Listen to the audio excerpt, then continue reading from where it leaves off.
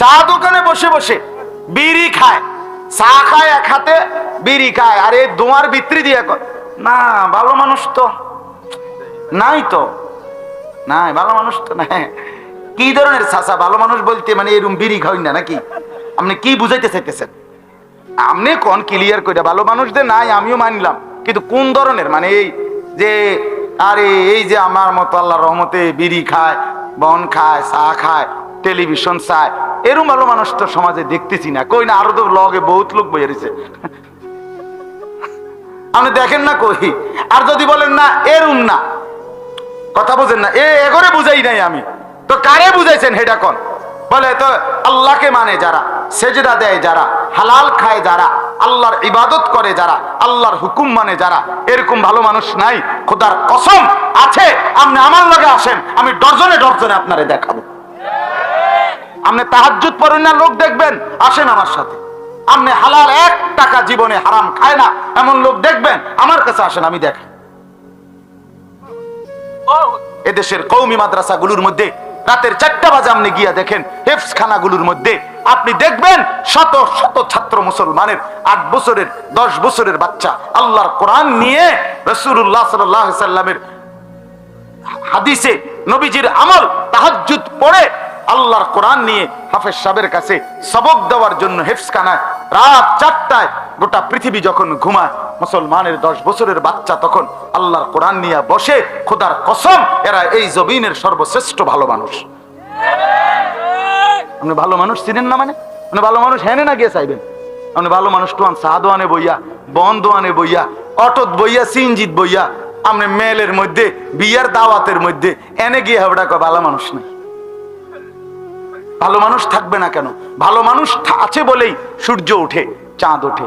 খোদার কসম আসমান এখনো জাগাত আছে ভালো মানুষের কারণে, জমিন এখনো এভাবে আছে ভালো মানুষের কারণে। সিটার বাটফারের লাগিয়া সুদখোর, ঘুষখোর, বাটপার, এই নারী লোভী, জিনা ব্যভিচারকারী, উলঙ্গ ছবি দেখে যেসব যুবক, মুসলমানের এই নাফরমান সন্তান, বেহায়া বেপর্দা, হাতে চলে যে সমস্ত নারী, এই সমস্ত অসভ্যদের কারণে সূর্য ওঠে না। সূর্য ওঠে আল্লাহর কোরআন পড়ে সেজদা করে যারা, তাদের কারণে। বেটা আরে তোরা যারা নামাজ পড়ছ না ছেলে, তোদের কারণে রিজিক মেলে না।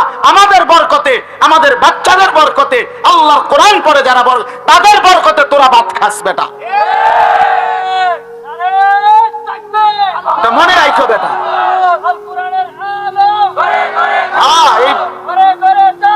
আল্লাহর কোরআন পড়ে যারা, সেজদা করে যারা, 5 ওয়াক্ত নামাজের সেজদা যাদের কপালে আছে, তাদের জন্য সূর্য ওঠে। হ্যাঁ, আপন মা বাপ বেঁচে থাইকা এত বড় 16 বছরের ছেলে মিয়া 1 ওয়াক্ত নামাজ পড়ে না। আমনের বাপের জন্ম বৃথা, আমনের ফুতের জন্ম বৃথা। কিত্তে নাইছেন দুনিয়া, পাঙ্গাসার তেলাপিয়া খাইতেন। হ্যাঁ, ফার্মের মুরগার কক মুরগা, এটার নাম জিন্দিগি। বেটা ছেলেদের চেহারা দেখেন না? আপনাদের সন্তান না এগুলো? এগুলো রংপুরের ফোলাফাইন, কথা বলেন না কেন? এগুলো নর্থ বেঙ্গল থেকে আইছে ছেলে পেলে। এখানে যে সমস্ত বেনামাজি, এই অপদার্থ, এই অসভ্য, আজকের দিনে যে 1 ওয়াক্ত নামাজ পড়ে নাই, এতক্ষণ যাবত এই চতুর্দিকে যে সমস্ত ছেলে মোবাইলে ছবি, নাচ, গান দেখলো, এই অসভ্য কেমনে মুসলমানের ঘরে গিয়ে এখন ঘুমাবে? তার বাপ কই? তার মা কোথায়? কথা বলেন না কেন? তার বাপ কোথায়? আমনে বাপ মরে গেছেন, আমনে মা মরে গেছেন, আমনে আইছেন হুদা দুনিয়াত ভাত খাইতেন আর ভাত খাবাইতেন। আমার বাপ থাকলে ঠিকই, আমার বাপরে আমি জীবনে একদিন বলছিলাম, একবার, আব্বা আমি এই মাদ্রাসায় পড়তাম না, আমার আরেকটা মাদ্রাসায় ভর্তি করান। একটা কারণে বলছিলাম, আমার আব্বা বলছিল, ফুত পরের বেলা ভাতের লোকমা আমার ঘরে ধরো না। খোদার কসম 1 লোকমা ভাত খাইবে না।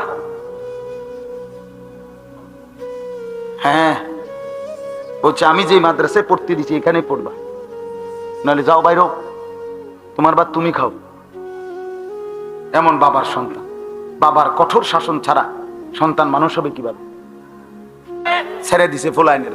16 বছরের ছেলে, 18 বছরের ছেলে, 14 বছরের ছেলে, তার সামান্য ফোলাইনের লগে সারা দিন সারা রাত মোবাইলে উলঙ্গ ছবি, নাচ গান, প্রতিবন্ধীর মতো পাগল, সুস্থ না, মাতালের মতো হাসে, ঠেঙ্গাল গিদে, এতে লাথি মারে, এতে থাপ্পড় মারে, এতে চুল ধরে টানে। তুই তো পাগল বেটা, তুই তো তারসিরা বেটা, তুই তো মাতাল বেটা, তোর তো ডাক্তার দেখা দরকার।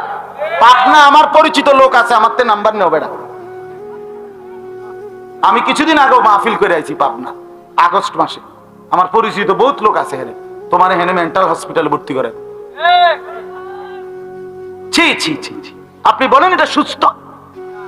আপনি বলেন না এটা স্বাভাবিক ছেলে যে নিজে নিজে হাসে, নিজে নিজে দাঁড়াইয়া পেশাব করে, আটতে আটতে পেশাব করে, মানুষের যে কোনো মহিলা দেখলে তারে টিটকারি করে, তার পিছনে পিছনে হাঁটে, সমবয়সী পোলাপানের একজনের লাথি দেয়, একজনের আপনার থাপ্পড় দেয়, একজনের চুল ধরে টানে, একটু পর পর নিজের চুল নিজেই রাখছে সামনে বড় কইরা, অপদার্থ, আবার নিজেই এটা রেখে টানে।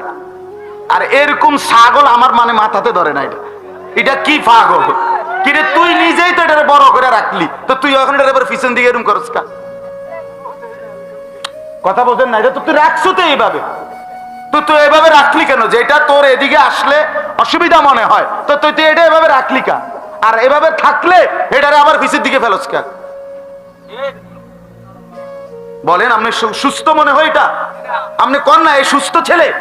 এ তো পাগল, এ তো অসুস্থ, তো মাতাল। মাতা চতুর্দিকে চুল, একটা পুরাটা চুল কাটা, মাঝখান দিয়া পাখির বাসার মতো চুল। ছি ছি ছি ছি ছি। একার ন্যূনতম রুচি যদি কারো থাকে, একার সামান্য যে মানে শেষ তারটা রয়েছে অন্য মাথা, বাকিটি ছিঁড়ে গেলে গেছে আর, কিন্তু এটার রয়েছে অনেক একটা তার, এরকম করতে পারে না। নিজের চেহারা সুরতের মধ্যে না নিজের ধর্মের কোনো পরিচয় আছে, না নিজের বাপ দাদা বংশের কোনো পরিচয় আছে। কথা বলেন না কেন? এটা কেমন মুসলমান? তার নিজের বংশের পরিচয়ও নেই। তোমরা বলো বাবা, তোমাদের যাদের চুল এরকম এরকম বাড়া, এদিকে এদিকে এদিকে, তো বলো এটা তোমাদের বংশে এরকম চুল ছিল আগে? তো তুমি তো তোমার বংশের পরিচয় রাখলে। এটা তোমার ধর্ম ইসলামের মধ্যে এই চুল রাখতে বলছে, তো তুমি তো তোমার ধর্মের পরিচয় রাখলা না। তোমার বাপ দাদা, তোমার বড় আব্বা, তাদের কারো চুল এমন ছিল, তো তুমি কার মতো রাখো? বলো ভাই, কার মতো? ওই হাসো হাসো বাবা, হাসো। এই জন্যই তো বলছি অস্বাভাবিক। আমি যে বলি প্রতিবন্ধী, এটার কারণে এটা। মানে মনে রাখবেন, যেই ছেলে গুনার কথা বলার পরেও তার মুখে হাসি আসে, মনে করবেন এ স্বাভাবিক না। না না, বাস্তব, এ সুস্থ না। গুনাহ করতে করতে তার দিল, কলিজা একদম বন্ধ হইয়া, অন্ধকার হইয়া, দিল আটকাইয়া, এটার উপরে একেবারে টাইলস লাগাই লেছে, এটার এক ফোঁটা জায়গা। হ্যাঁ, এই হলো আমাদের ছেলেদের হাল। আপনি হাজার বলবেন, শত শতবার বলার পরেও সে বুঝতেই চায়। অথচ আজকে ইহুদিরা, ইসরায়েলের বেঈমানরা, এই বেঈমানদেরই এই কাটিং চুল। আমার সন্তানেরা, আমাদের ছেলে মুসলমানের রং ঢং, চলাফেরা, কাটিং সব বেঈমানের। আহ, ফুত আমার নিয়ে গেল কাফেরে, নিয়ে গেল ইহুদিয়ে, নিয়ে গেল খ্রিস্টানে। আহ, এর চাইতে বড় দুঃখ আর কি হইতে পারে বাবা? তোমার বাবা মুসলমান, মা মুসলমান, তুমি দুধ খাইছো মুসলমান মার দুধ, তোমার রক্তে মুসলমান। নবীজির এক মহিলা সাহাবী, ওনার ছেলেকে, রাসূলুল্লাহর সাহাবী, ছেলেটাও সাহাবী, 16 বছর বয়সী, ওনাকে কাফের বেঈমান ধরে একটা একটা শরীর টুকরা টুকরা করছে, হাত পাও কাইটা টুকরা টুকরা করে পিস পিস করে ছুঁড়ে ফেলে দিছে। ওনাকে এইভাবে মারছে, শহীদ করছে। শেষ পর্যন্ত, মৃত্যুর আগ মুহূর্ত পর্যন্ত, যতক্ষণ মুখ দিয়া কথা বলতে পারছে, উনি শুধু বলছে যে মুহাম্মদ আল্লাহর রাসূল, নবীজির কথা বলে গেছে। ওই মার কাছে মদিনায় এই খবর আসছে, মা তোমার সন্তানকে কাফের কাইটা টুকরা টুকরা কইরা একেবারে বুটি বুটি গোস্তের টুকরার মতো বানাই লাইছে। বানাইয়া ছুঁড়ে ফেলে দিছে, কিন্তু তোমার সন্তান একবারও নবীকে বলে নাই। খোদার কসম, আমরা নিজে হাদিসে পড়ছি। উম্মে আম্মারা ওই মহিলার নাম, ছেলেটার নাম হলো হাবিব ইবনে যায়েদ রাদিয়াল্লাহু তাআলা আনহু। মা তখন চিৎকার দিয়া বলছে, লিহাদাল ইয়াউমে আরদাতুহু, আল্লাহর কসম, এই দিনের জন্যই আমি আমার সন্তানকে বুকের দুধ খাওয়াইছি। আমার সন্তান আমার দুধের হক আদায় করছে। ছেলেরা, তোমাদেরকে বলি বাপ, তোমার মা তোমারে এই জন্তু জানোয়ারের মতো চুল রাখার জন্য দুধ খাওয়ায়, কাফের আর বেঈমানের মতো চলার জন্য তোমারে মা 2 বছর কষ্ট করে দুধ খাওয়ায়। সারা রাত উলঙ্গ ছবি আর নর্তকীর নাচ দেখার জন্য তোমারে মা কোলে পিঠে করে মানুষ করে। আমার একটা 2 বছরের মেয়ে বাচ্চা আছে, 2 বছর বয়সী ছোট। আমার সেই মেয়েটাকে তো আমি দেখি রাতের, বিশ্বাস করেন, রাতের যদি 3টাও বাজে 2টাও বাজে, আমার ড্রাইভাররে জিজ্ঞাসা করে, যত রাতেই হোক আমি না যাওয়া পর্যন্ত আমার এই বাচ্চা ঘুমায় না। এইভাবে তো বাচ্চারে বুকে নিয়ে অনেকক্ষণ আদর করে তো আমি আমার সাথে ঘুমাই।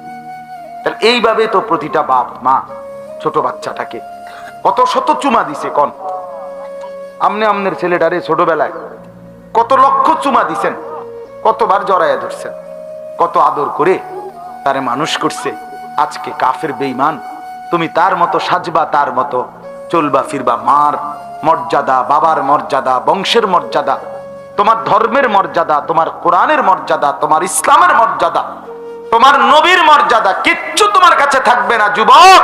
আহা, তুমি নারীর কাছে জীবন উৎসর্গ করে দিলা, এই ছবি দেখতে গিয়ে জীবন শেষ করে দিলা, নর্তকী আর উলঙ্গ নাচ দেখে জীবন উৎসর্গ করে দিলা।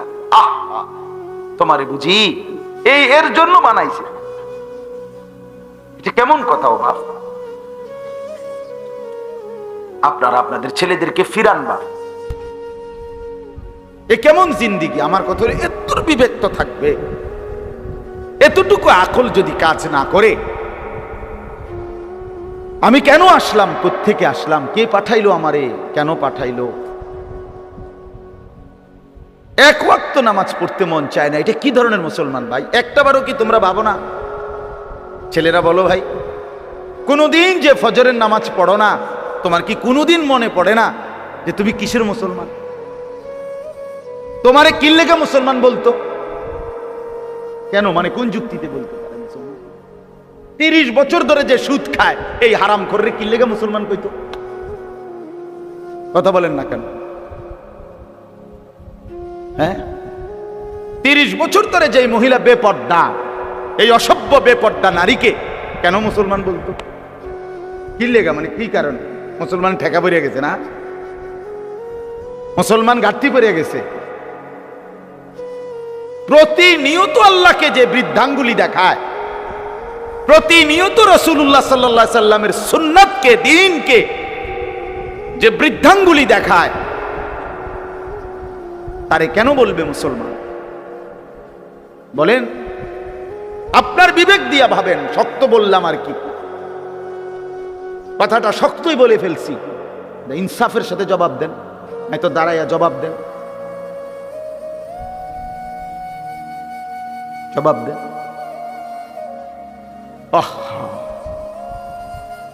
প্রতিনিয়ত, আরে একটা মানুষ তো হুচট খায়, একটা মানুষ পিছলা খায়, একটা মানুষ পড়ে যাইতে পারে, ঠিক আছে, ভুল হবে, পিছলা খাবে, পড়ে যাবে, ভুল হবে, অপরাধ হবে, গুনাহ হবে।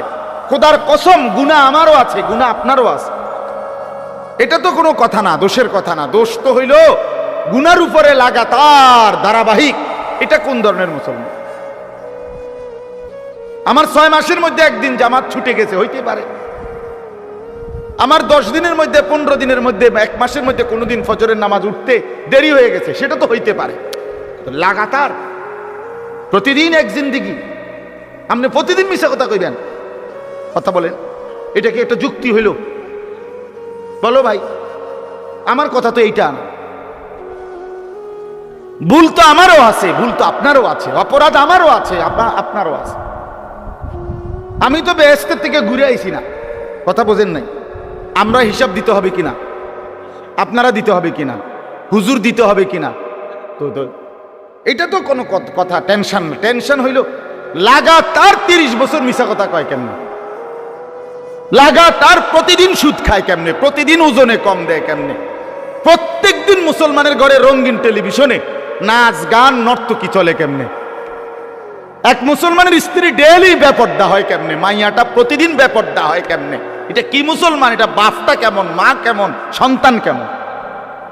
এদের ইসলাম কোথায়? এদের আল্লাহ কোথায়? এদের আখিরাত কোথায়? বলেন, ইনসাফ বলেন ভাই।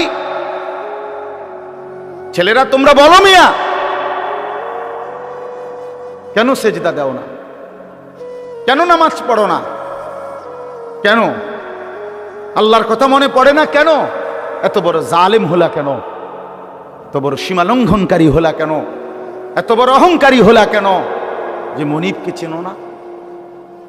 কোরআনুল কারীমের মধ্যে আছে, ইবলিসকে আল্লাহ বলছে, ইবলিস একটা সেজদা দিলি না, তুই তো অহংকার করলি। ফামা ইয়াকুনু লাকা আন তাতাকাব্বারা, তুই কি জানো না আমি আল্লাহর সামনে অহংকার করা সাজে না।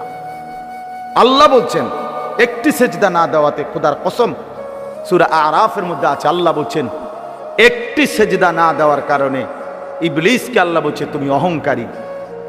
আর আল্লাহ বলছেন আলাইসা ফি জাহান্নামা মাসওয়াল লিল মুতাকাব্বিরিন, আল্লাহ বলছে কোরআনে সমস্ত অহংকারীদের ঠিকানা শুধুই জাহান্নাম। ভাইয়া শুধু ওয়াজ না, গতানুগতিক একটা মাহফিল করা দরকার ছিল, এই জন্য মাহফিল হলো। প্রতি বছর আমরা একটা ওয়াজ হয় দেখিয়া হইল না রে ভাইয়া, জীবনটা এতটুকু হলে হবে না। আল্লাহ আনাইছে, আল্লাহ বসাইছে, আল্লাহ তৌফিক দিছে বলে আমরা বসছি। এই জন্য যে কয়জন বসছেন, মাঝ বয়সী, বয়স্ক, নওজোয়ান কিংবা পর্দার আড়ালের কোনো মা বোন, আমিও আপনিও চলেন ভাবি, আখিরাত ভুলে গেলাম কেন? আল্লাহকে ছেড়ে দিলাম কেন? রাসূলুল্লাহ সাল্লাল্লাহু আলাইহি সাল্লামকে ভুলে গেলাম কেন? আমি প্রায় বলি জানেন, আমাদের কাছে 4টি নিয়ামত আছে সর্বশ্রেষ্ঠ। এক, আমাদের রব আল্লাহ, আমাদের নবী মুহাম্মদুর রাসূলুল্লাহ, আমাদের কিতাব কোরআন, আমাদের ধর্ম ইসলাম। এই 4টাই সর্বশ্রেষ্ঠ। কি বলেন? আল্লাহ সর্বশ্রেষ্ঠ কিনা? আমাদের নবী মুহাম্মদ সর্বশ্রেষ্ঠ কিনা? কোরআন সর্বশ্রেষ্ঠ কিনা? ইসলাম সর্বশ্রেষ্ঠ কিনা? তাহলে 4টি সর্বশ্রেষ্ঠ নিয়ামত যার কাছে আছে, তে নষ্ট হইল কেন? আমার প্রশ্ন হইল, কিসের অভাবে তুমি নষ্ট হয়ে গেলা? কি ছিল না বলে? কি পাও নাই বলে? আল্লাহ পাক রব্বুল ইজ্জত যুল জালাল ওয়াল ইকরামের ফজল করম, রব্বুল আলামিনের অপরিসীম ইহসান, মেহেরবানি, দয়া, আল্লাহ তাআলা আমাদেরকে আজ 9 অক্টোবর 2024 রোজ বুধবার কুমিল্লা জেলা সদর দক্ষিণ লালমাই বাজার সংলগ্ন বড় দুর্গাপুর চকবস্তা দারুল উলুম মাদ্রাসা ও এতিমখানা এবং এলাকাবাসীর যৌথ উদ্যোগে আজকের এই 16তম বার্ষিক ওয়াজ ও দোয়ার মাহফিলে আল্লাহ তাআলাই আমাদেরকে আসবার, বসবার, বৃষ্টিমুখর পরিবেশও কষ্ট করে সবরের সাথে আল্লাহর কথা শুনবার উদ্দেশ্যে এতক্ষণ পর্যন্ত ধৈর্য ধরার তৌফিক দিয়েছেন। এজন্য সকলেই বলি আলহামদুলিল্লাহ। মুআজ্জাজ মুহতারাম হাজিরিন,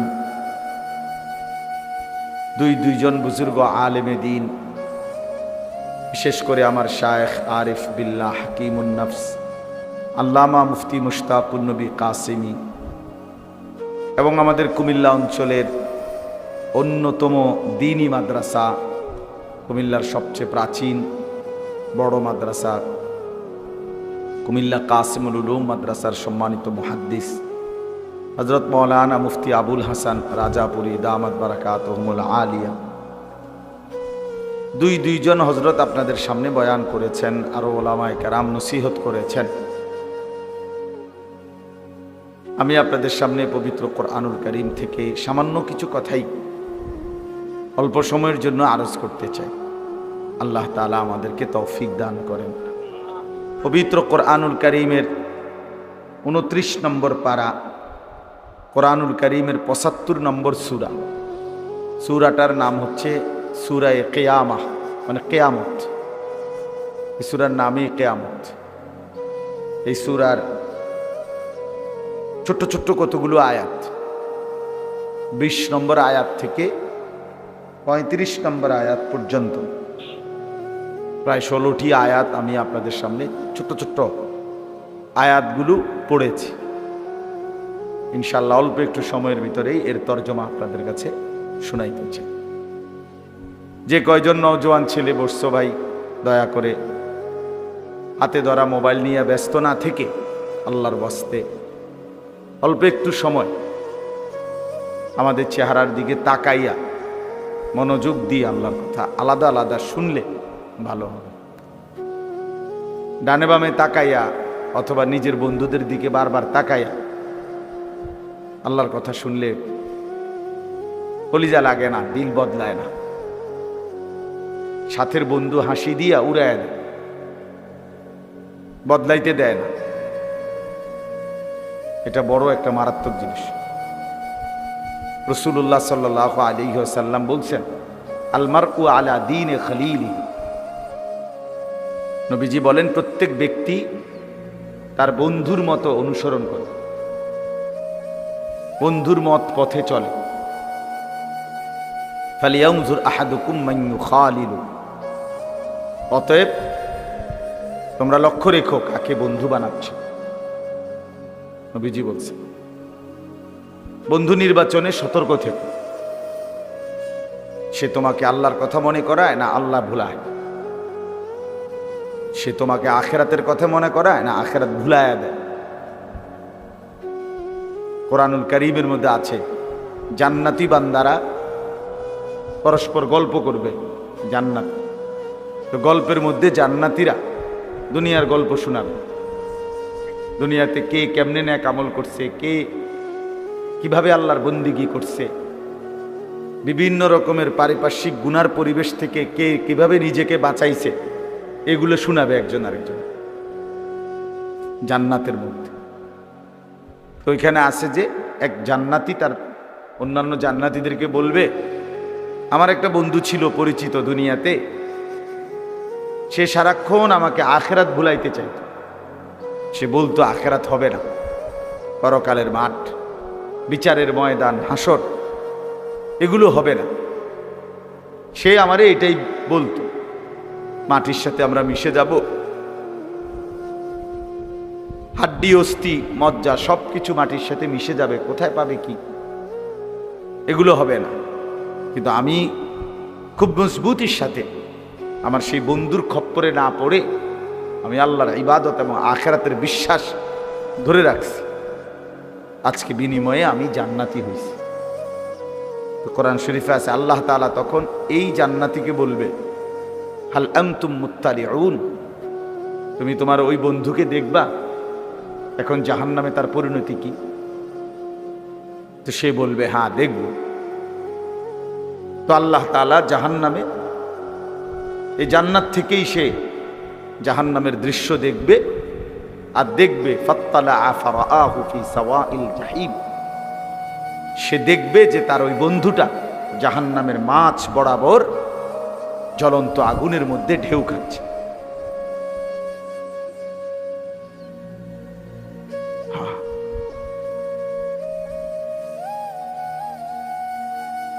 তখন সে চিৎকার দিয়ে বলবে,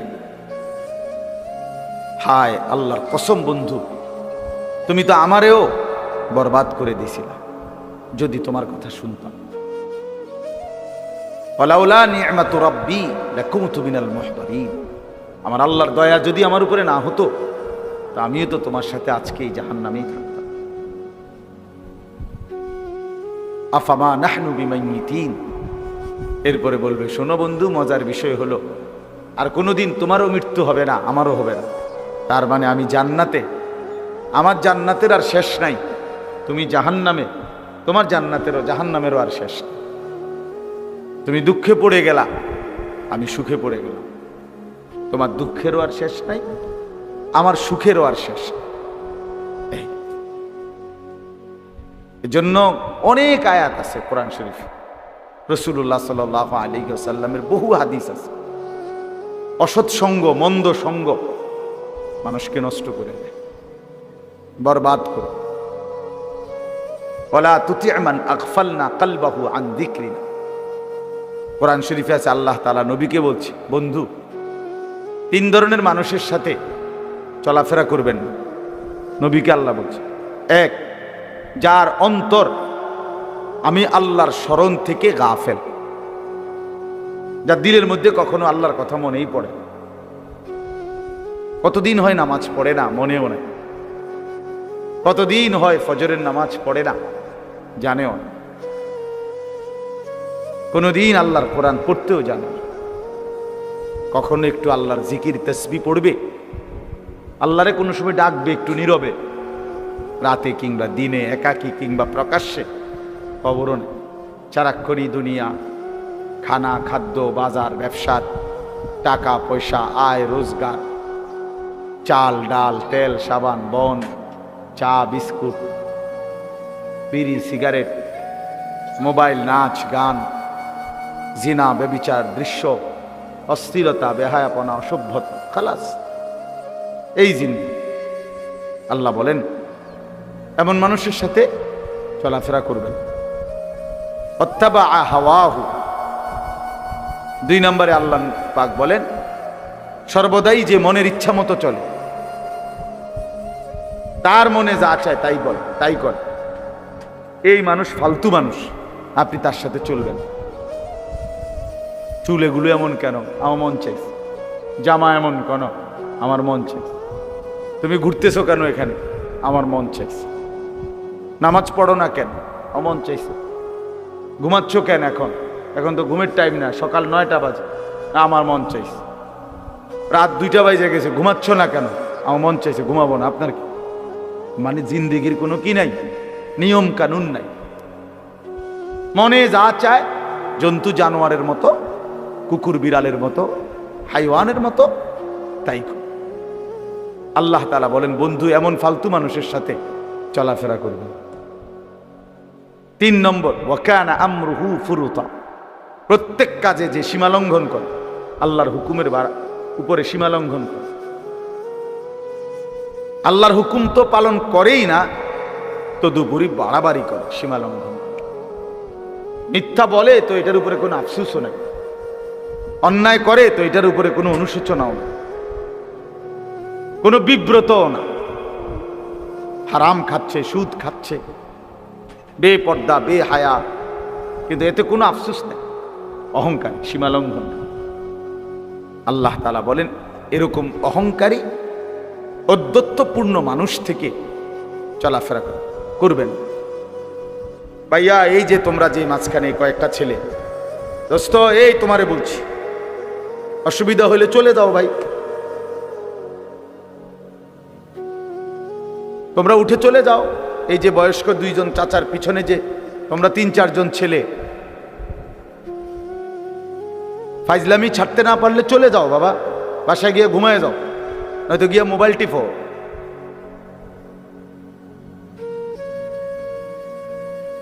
ফালতু মানুষ আমার পছন্দ না। কোন গাফেল লোককে বলে কোনো লাভ, একজনকে বললে ভালো। এতগুলো মানুষের সামনে ওলামায়ে কেরাম কথা বলতেছে, ওরা প্রথম থেকেই হাসি মজাক করতেছে। অনেক বেশি বিশ্বাস করেন।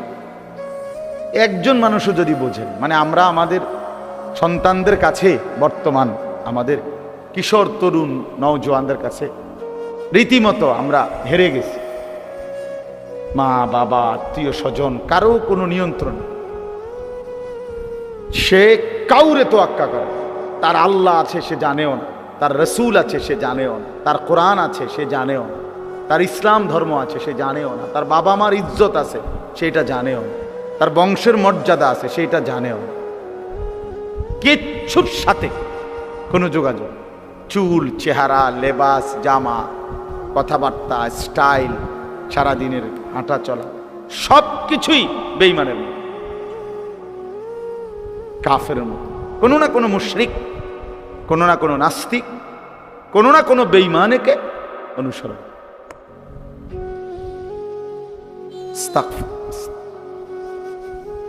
অনেক বেশি দুর্ভাগ্য এটা আমাদের, অনেক বেশি দুর্ভাগ্য, জানেন না? অনেক বেশি। বাবা মা জীবিত, অথচ আপন সন্তান 16 বছর, 14 বছর, 18 বছর বয়স, আপন মা বাবার ঘরে ঘুমায়, মুসলমানের ঘরে। 365 দিনের খোদার একটা বছরে কোনো দিন ফজরের নামাজ পড়ে না, মা বাবা আছে অথচ। কত বড় জানোয়ার, চিন্তা করছে? এত বড় নিকৃষ্ট জানোয়ার মুসলমানের ঘরে কেমনে ঘুম? এত বড় দুশ্মন কেমনে মুসলমান হয়? একদিনও ফজরের নামাজ, ভোরবেলার এই নামাজ পড়তে মনও চায় না, জানেও না কোন সময় ফজরের আজান। ওমা, এইটা কি? এই মুসলমান কেমন মুসলমান? রাসূলুল্লাহ সাল্লাল্লাহু আলাইহি ওয়াসাল্লাম বলছেন, মুসলমান আর কাফেরের মধ্যে পার্থক্য নামাজ। সরাসরি হাদিস এটা। ফারকু মা বাইনানা ওয়া বাইনাল কুফরি আস-সালাত। সরাসরি নবীজি বলেছেন, আমাদের মাঝে আর কাফেরের মাঝে পার্থক্য নামাজ। আগা কাটা না। আমরা তো বুঝছি যে আগা কাটলে কয় মুসলমান, আগা না কাটলে মুসলমান না। না, আগা কাটার লগে এটা সম্পর্ক না।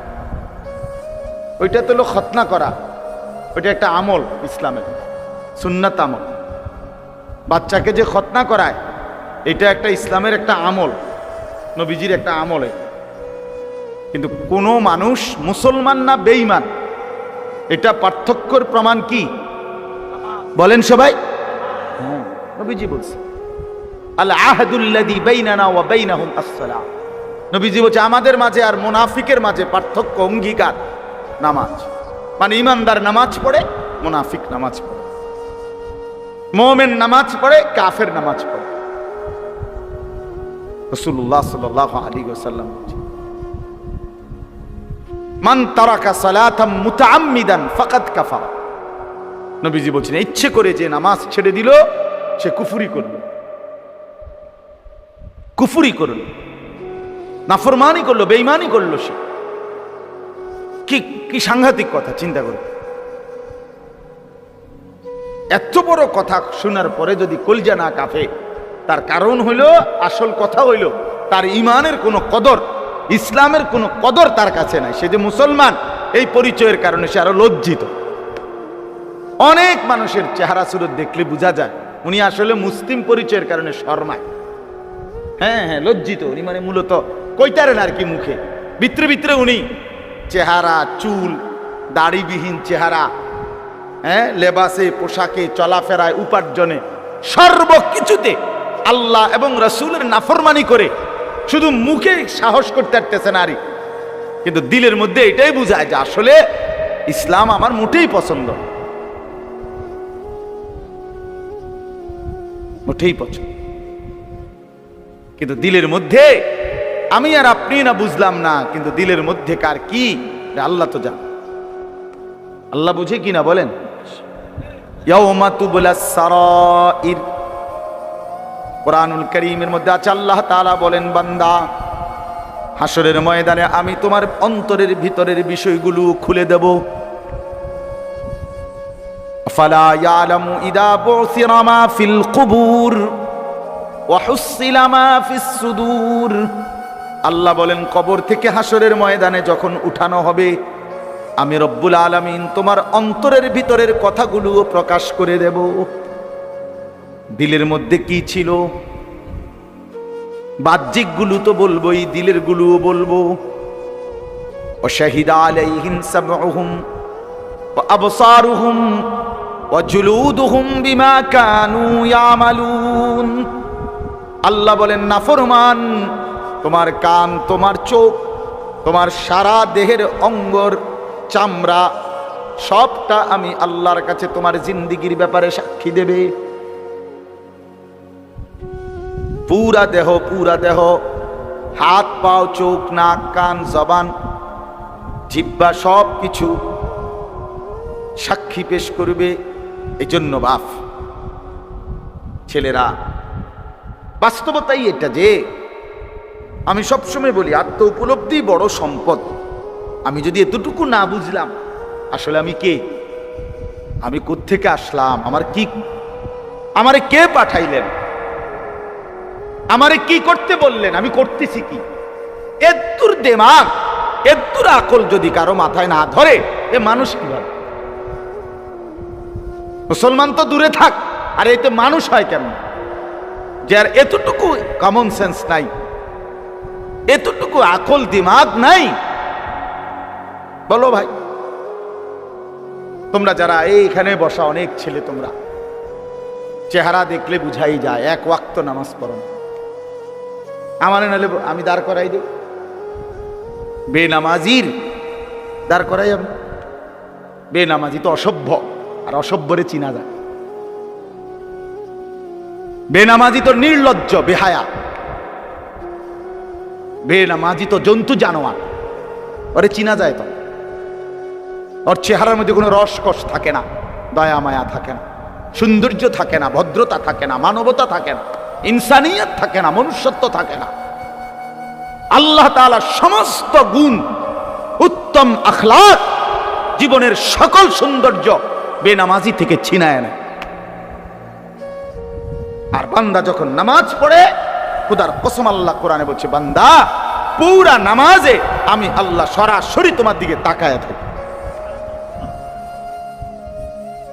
আল্লাযী ইয়ারাকা হিনা তাকুম ওয়া তাকাল্লুবাকা ফিস সাজিদিন। রব্বুল আলামিন বলেন, বন্ধু আপনি যখন নামাজে দাঁড়ান আমি আল্লাহ সরাসরি আপনাকে দেখি।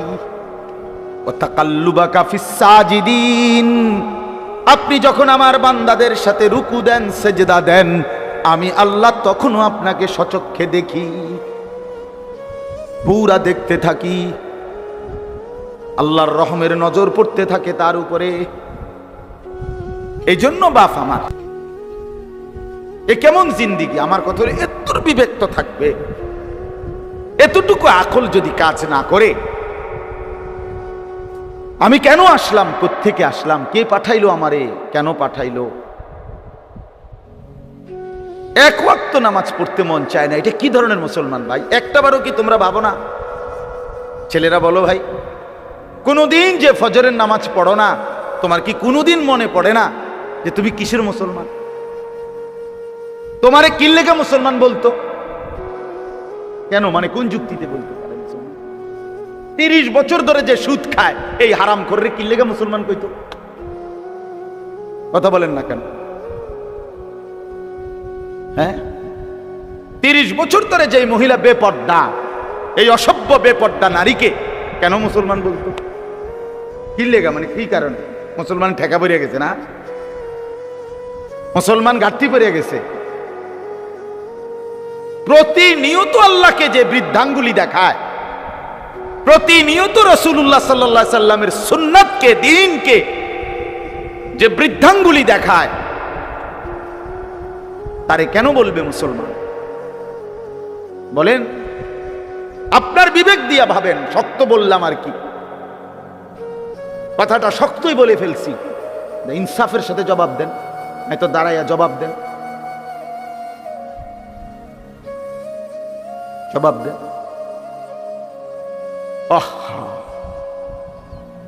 প্রতিনিয়ত, আরে একটা মানুষ তো হুচট খায়, একটা মানুষ ফিসলা খায়, একটা মানুষ পড়ে যাইতে পারে, ঠিক আছে, ভুল হবে, ফিসলা খাবে, পড়ে যাবে, ভুল হবে, অপরাধ হবে, গুনাহ হবে। খোদার কসম, গুনাহ আমারও আছে, গুনাহ আপনারও আছে, এটা তো কোনো কথা না, দোষের কথা না। দোষ তো হইল গুনার উপরে লাগাতার ধারাবাহিক। এটা কোন ধরনের মুসলমান? আমার 6 মাসের মধ্যে একদিন জামাত ছুটে গেছে, হইতে পারে। আমার 10 দিনের মধ্যে, 15 দিনের মধ্যে, 1 মাসের মধ্যে কোনোদিন ফজরের নামাজ উঠতে দেরি হয়ে গেছে, সেটা তো হইতে পারে। লাগাতার প্রতিদিন এক জিন্দিগি, আপনি প্রতিদিন মিশা কথা কইবেন? কথা বলেন, এটা কি একটা যুক্তি হইল? বলো ভাই, আমার কথা তো এইটা না। ভুল তো আমারও আছে, ভুল তো আপনারও আছে, অপরাধ আমারও আছে, আপনারও আছে। আমি তো বেহেশতের থেকে ঘুরে আইছি না, কথা বোঝেন নাই? আমরা হিসাব দিতে হবে কিনা, আপনারা দিতে হবে কিনা, হুজুর দিতে হবে কিনা?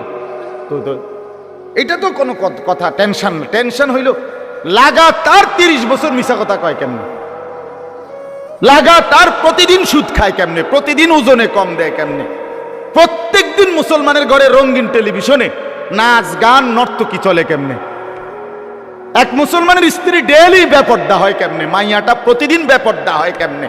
এটা কি মুসলমান? এটা বাপটা কেমন, মা কেমন, সন্তান কেমন? এদের ইসলাম কোথায়, এদের আল্লাহ কোথায়, এদের আখেরাত কোথায়? বলেন, ইনসাফ বলেন ভাই। ছেলেরা তোমরা বলো মিয়া, কেন সেজদা দাও না? কেন নামাজ পড়ো না? কেন আল্লাহর কথা মনে পড়ে না? কেন এত বড় জালেম হলা? কেন এত বড় সীমা লঙ্ঘনকারী হলা? কেন এত বড় অহংকারী হলা? কেন যে মনিবকে চেনো না? কোরআনুল কারীমের মধ্যে আছে, ইবলিসকে আল্লাহ বলছে, ইবলিস একটা সেজদা দিলি না, তুই তো অহংকার করলি। ফামা ইয়াকুনু লাকা আন তাতাকাব্বারা, তুই কি জানো না আমি আল্লাহর সামনে অহংকার করা সাজে না। আল্লাহ বলছেন একটি সেজদা না দেওয়াতে, খোদার কসম, সূরা আরাফের মধ্যে আছে, আল্লাহ বলছেন একটি সেজদা না দেওয়ার কারণে ইবলিসকে আল্লাহ বলছে তুমি অহংকারী। আর আল্লাহ বলছেন আলাইসা ফি জাহান্নামা মাসওয়াল লিল মুতাকাব্বিরিন, আল্লাহ বলছে কোরআনে সমস্ত অহংকারীদের ঠিকানা শুধুই জাহান্নাম। ভাইয়া শুধু ওয়াজ না, গতানুগতিক একটা মাহফিল করা দরকার ছিল, এই জন্য মাহফিল হলো। প্রতি বছর আমরা একটা ওয়াজ হয় দেখা হইল না রে ভাইয়া, জীবনটা এতটুকু হলে হবে না। আল্লাহ আনাইছে, আল্লাহ বসাইছে, আল্লাহ তৌফিক দিছে বলে আমরা বসছি। এই জন্য যে কয়জন বসছেন, মাঝ বয়সী, বয়স্ক, নওজোয়ান কিংবা পর্দার আড়ালের কোনো মা বোন, আমিও আপনিও চলেন ভাবি, আখেরাত ভুলে গেলাম কেন? আল্লাহকে ছেড়ে দিলাম কেন? রাসূলুল্লাহ সাল্লাল্লাহু আলাইহি সাল্লামকে ভুলে গেলাম কেন? আমি প্রায় বলি জানেন, আমাদের কাছে 4টি নিয়ামত আছে সর্বশ্রেষ্ঠ। এক, আমাদের রব আল্লাহ, আমাদের নবী মুহাম্মদুর রাসূলুল্লাহ, আমাদের কিতাব কোরআন, আমাদের ধর্ম ইসলাম। এই 4টাই সর্বশ্রেষ্ঠ। কি বলেন? আল্লাহ সর্বশ্রেষ্ঠ কিনা? আমাদের নবী মুহাম্মদ সর্বশ্রেষ্ঠ কিনা? কোরআন সর্বশ্রেষ্ঠ কিনা? ইসলাম সর্বশ্রেষ্ঠ কিনা? তাহলে 4টি সর্বশ্রেষ্ঠ নিয়ামত যার কাছে আছে, তে নষ্ট হইল কেন? আমার প্রশ্ন হইল, কিসের অভাবে তুমি নষ্ট হয়ে গেলা? কি ছিল না বলে, কি পাও নাই বলে? বলেন।